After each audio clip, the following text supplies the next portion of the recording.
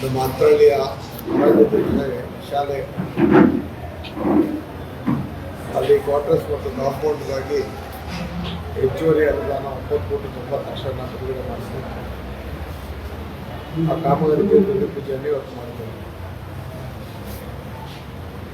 ಅದರ ಜೊತೆಯಲ್ಲಿ ಮಂತ್ರಾಲಯದಲ್ಲಿ ಒಂದು ಆರೋಗ್ಯ ಶುಶ್ರೂಷಾ ಕೇಂದ್ರ ಒಂದು 65 ಲಕ್ಷ ರೂಪಾಯಿನ ಒಂದು ಕಟ್ಟಡ ಕಾಮಗಾರಿ ಕೂಡ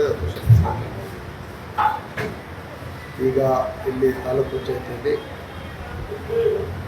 ನಮ್ಮ ಕೃಷಿ ಇಲಾಖೆ ವತಿಯಿಂದ ರೈತರಿಗೆ ತಮ್ಮ ದನಕರುಗಳಿಗೆ ಮೇವನ್ನು ತಪ್ಪಿಸ್ತಕ್ಕಂಥ ಯಂತ್ರ ಸುಮಾರು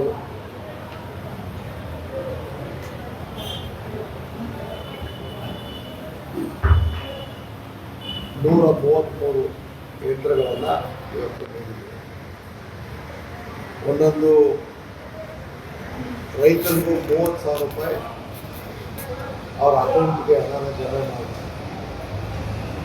ಹೆಚ್ಚುವರಿಯಾಗಿ ಬರೀ 6,000ನ ಅವ್ರು ಹಾಕ್ಬಿಟ್ಟು ಈ ಯಂತ್ರವನ್ನು ಖರೀದಿಸ್ತಕ್ಕಂಥ ಜವಾಬ್ದಾರಿ. ಈ ಜಾಗದಲ್ಲಿ ಮತ್ತೆ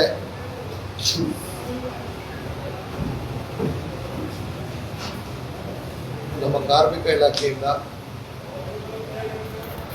ಕಟ್ಟಡ ಕೆಲಸ ಮಾಡ್ತಕ್ಕಂಥ ಕಾರ್ಮಿಕರಿಗೆ ಒಂದು ಸುಮಾರು 66 ಮೇಷನ್ ಕಿಟ್ಗಳನ್ನ ಮತ್ತು ಈ ಎಲೆಕ್ಟ್ರಿಕಲ್ ವರ್ಕ್ ಮಾಡ್ತಕ್ಕಂಥ ಕೆಲಸ ಮಾಡ್ತಕ್ಕಂಥದ್ದು ಅಸಂಘಟಿತ ಕಾರ್ಮಿಕರು ಈಗ ನೋಂದಾಯಿಸಲ್ಪಟ್ಟಿರ್ತಕ್ಕಂಥವ್ರು 6,045 ಜನ ಮಾಡಿದ್ದಾರೆ. ಈಗ ಸರ್ಕಾರ ಹೊಸದಾಗಿ ಈ ಅಸಂಘಟಿತ ಕಾರ್ಮಿಕರನ್ನ ನೋಂದಾಯಿಸಿಕೊಳ್ಳೋದಕ್ಕೆ ಅವಕಾಶವನ್ನು ಕಲ್ಪಿಸಿದೆ.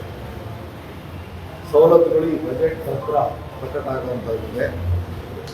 ಈ ಅಸಂಘಟಿತ ಕಾರ್ಮಿಕರ ಬದುಕಿನಲ್ಲಿ ಒಂದು ಹೊಸ ಆಶಾಕಿರಣವಾಗಿ ನಮ್ಮ ಸರ್ಕಾರ ಕೆಲಸ ಮಾಡ್ತಾ ಇರೋದನ್ನು ಈ ಸಂದರ್ಭದಿಂದ ಅಸಂಘಟಿತ ಕಾರ್ಮಿಕರು ಸಾಕಷ್ಟು ಜನ ಮುಂದೆ ಬಂದು ತಾವು ಇದರಲ್ಲಿ ಭಾಗಿಯಾಗಬೇಕು, ಸದಸ್ಯತ್ವ ನೋಂದಣಿಯನ್ನು ಮಾಡ್ಕೋಬೇಕು ಅನ್ನೋದನ್ನು ನನ್ನ ಕ್ಷೇತ್ರದ ಅಸಂಘಟಿತ ಕಾರ್ಮಿಕ ಬಂಧುಗಳಿಗೆ ನಾನು ಮನವಿಯನ್ನು ಮಾಡಿದೆ. 111 ಜನಕ್ಕೆ ಈ ಕಿಟ್ಗಳನ್ನು ಕೂಡ ವ್ಯವಸ್ಥೆ ಮಾಡಿದ್ದೇವೆ.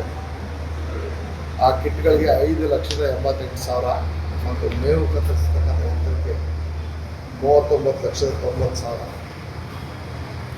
ಒಟ್ಟು ಇವತ್ತು ಸುಮಾರು 11 ಕೋಟಿಗೂ ಮೀಸಲಾದಂಥ ಕಾಮಗಾರಿಗಳು ಮತ್ತು ಸವಲತ್ತುಗಳ ವಿತರಣೆಯನ್ನು ಇವತ್ತು ವಿದ್ಯುಕ್ತವಾಗಿ ಸರ್ಕಾರದ ವಿವಿಧ ಇಲಾಖೆಗಳ ಜವಾಬ್ದಾರಿಯನ್ನು ಸಮರ್ಪಣೆ ಮಾಡಿದೆ ಅನ್ನೋದನ್ನು ಹೇಳಲಿಕ್ಕೆ